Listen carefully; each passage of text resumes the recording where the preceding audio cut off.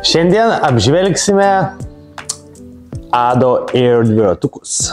Turim dvi Eko versijas, vieną turim Air versiją. Kuo skiriasi šitie? Gerai, pradėkim nuo Eko. Eko turim 16 solių ir 20 solių. Viskas. Tuo tiesiskiria. Daugiau viskas tas pats. Variklis, baterija, viskas daugiau tas pats. Tiesiog vienas mažesnis, kitas didesnis. Kam reikia mažesnio, kam reikia didesnio. Tada einant prie šitų modelių, prie Aero ir Eko, tarp jų skirtumas yra, kad šitas turi amortizatorių ir turi kitokį bagažiuką. Šitas, jo privalumas imkim nuo šito, kad jisai turi integruotą galinį žibintą, tačiau minusas, kad daugiau valgo, jeigu jį įsijungsit, jisai valgys nuo baterijos visą šitą jūsų bateriją, o šičia yra jisai išsiema va taip, va, su baterijom. Tai čia vadinasi, kad jūsų šituo nevalgysi daug savo akumuliatoriaus, bet turėsi čia po užpakaliu jį pastoviai įsijungti, nes jisai nėra sujungtas su ekranu, tai va čia reikia. Taip. Nu, sulaužys, ką nors.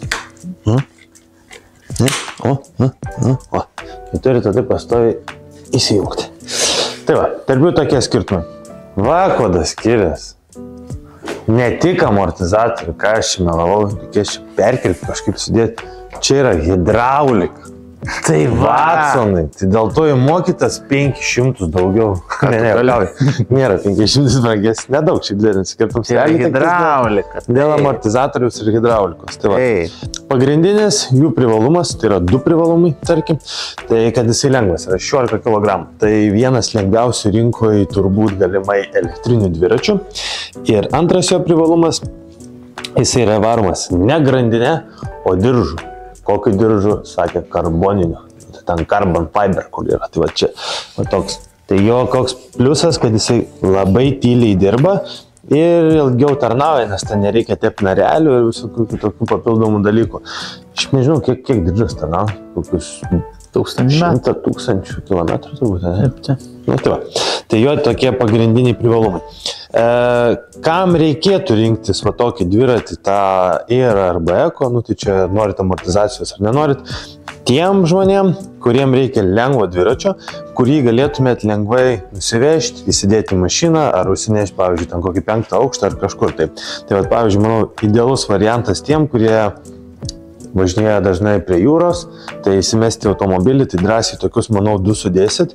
Galim pažiūrėti, kiek jis užima vietos sulankstytas. Tai persilinkit per pusę. Čia, tarp kitko, dar pradžiai reikėtų pedalus užsilenkti, kad jisai dar būtų. O, tai va. Susilenktų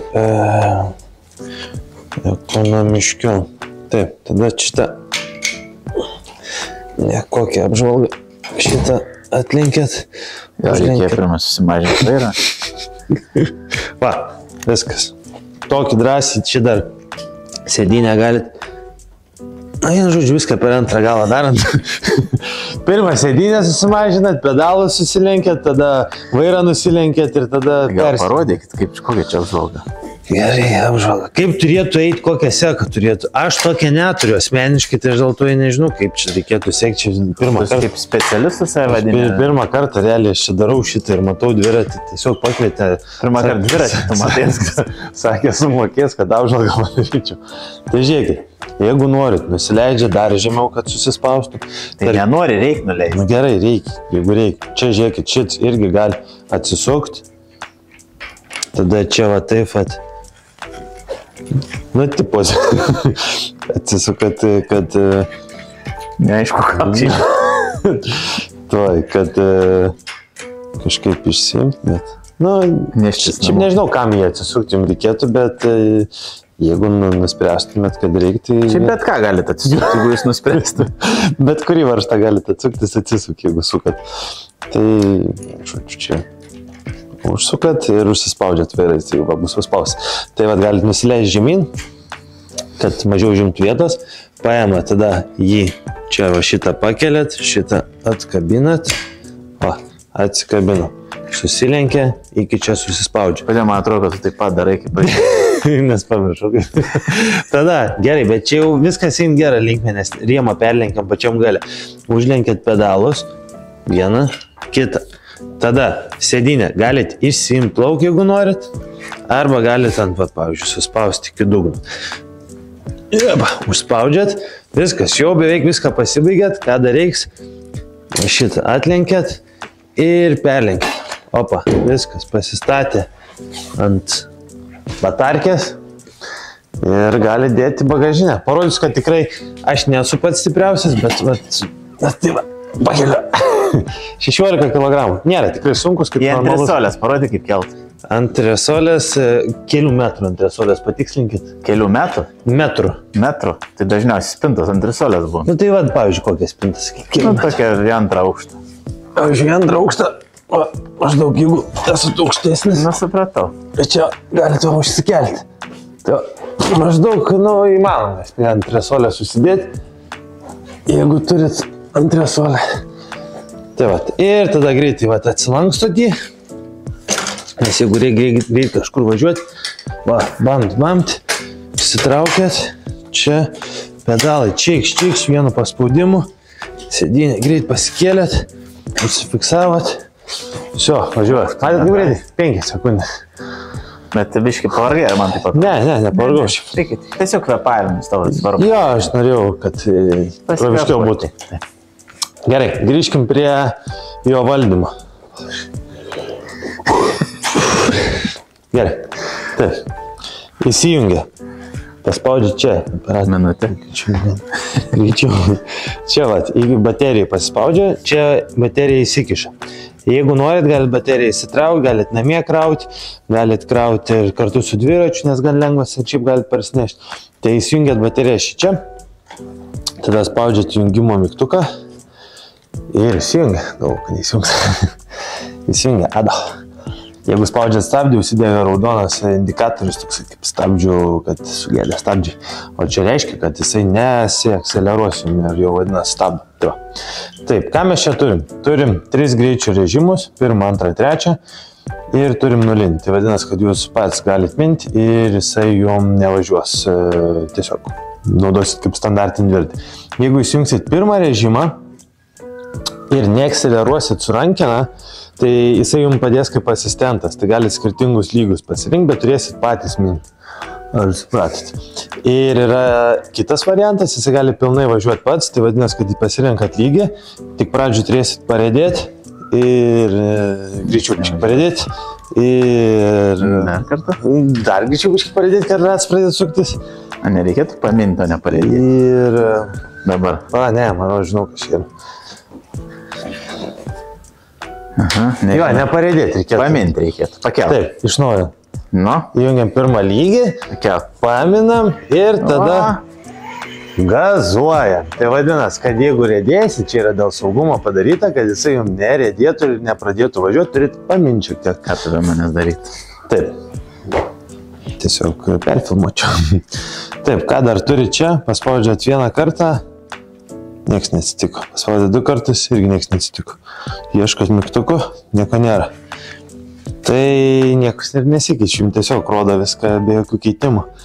Tai va, tai yra vidutinis greitis, tada kelionė, bendras nuvažiuotas atstumas, čia yra šios dienos arba šios akimirkos nuvažiuota distancija. Kur bendra? Trip. Ne. Odo. Nu, taip. Nu, tai turiu omeny, kad trip yra šiai akimirkai, odo yra visai. Ne taip tu supratai tiesiog. Taip, odo. Tai va, odo. Taip, klausit, kur čia skambutis, ogi va čia, ant gazo. Tai pavyzdžiui, įdomiai padaryta, nes... Dar labiau judinka, aš negalėčiau parodyti. Ačiū. Čia yra toks priartinimas, gali prisartinti, pasukęs. Taip. Tai va, tai šiaip įdomiai padaryta, nes jūs signalizuot galėsit nebent, kai nebegazuosit, nes jeigu gazuojat, tai tada su to pačiu nykščiu nebepasignalizuosit. Girdėjau, kodėl tu atrodo, kad ant žemės beveik sėdi? Tu pasidaryk normaliai, kad aš parodyt, kaip sėdėtum tu. Ne, aš rodau tokio ūgio, kaip tu žmogui. Kaip aš? Ne. Tai kaip aš toks dviratis netinkas. Jo, per didelį. Pažiūrėk, ar tavo, koks tavo ūgis yra? 1,90 m. Na, dabar parodė kartu. O, nu negerai. Dar aukščiau. Taip. Jau, kad nebeužteksim. Nu, tai neužteks, reiškia, konstatuosim, kad tu žagri. Tu pasižiūrėk, kaip iškėlė. Žiūrim, tai. Nu, va, tai? Tai va, tinka ir didesnio ūgio žmonėm. Tai peraugusim. Tai va, tai čia yra garso signalas. Ką dar čia turim? Galit krauti savo telefoną, žiūrėk, ką atradau ką tik. Bet su USB-C tik jungtim, tai jeigu turit USB jungti, tai čia netiks. USB-C čia pati geriausia jungtis. Tai va, tai dabar visi perinant to, tai kad... Žiūrėkit, tada ką dar turit? Turit posūkį? Veikia? Žiūrėk. Reikia posūkį. Turit posūkį, galėsit va perspėti, kad važiuoti į kairę, opa, į dešinę. Tas spaudi stabdį irgi žino, kad stabdot. Tada įsijungiat šviesas. Kur šviesas įsijungia? Palaikyti pliusą? O, dega. Opa, abi dega? Ne, nu tu kaip paspaudys, dar užsidė. Opa. Tai va. Ką turim čia diskinius stabdžius, ne hidrauliniai, paprasti diskiniai, bet manau pilnai užtenka, nes dviratis sveria kaip paprastas standartinis dviratis, tai jam kažkaip... Kojelė. Turbūt hidraulikos ir nereikia. Kojelė veikianti, va. Veikianti, nes šiaip buvo neveikianti. Nes šiaip sugedusis buvo gūžusis. Taip. Kaip įsijungia šviesos, tai paspaudžiat pliusiuką ir palaikot. Ir užsidega šviesą. Ką minusą palaikius? Kas buvo? O, kažkas ką minusą dar? Kuris važiuoja? Žiūrėk, kas čia yra per režimus. Čia gal koks nors autopilotas? Pas. Žiūrėk. O kam jis reikalingas? Nežinau. Nu, o žiūrėk, nustatyk antrą greitį.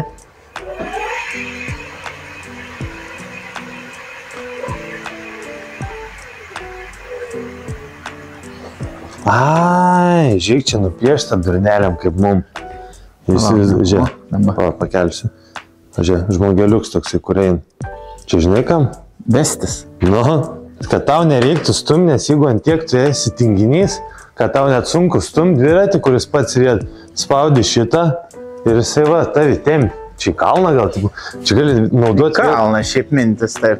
Nu, čia gali naudoti vietoj tų lasdų. Žinai, kur žmonės eina?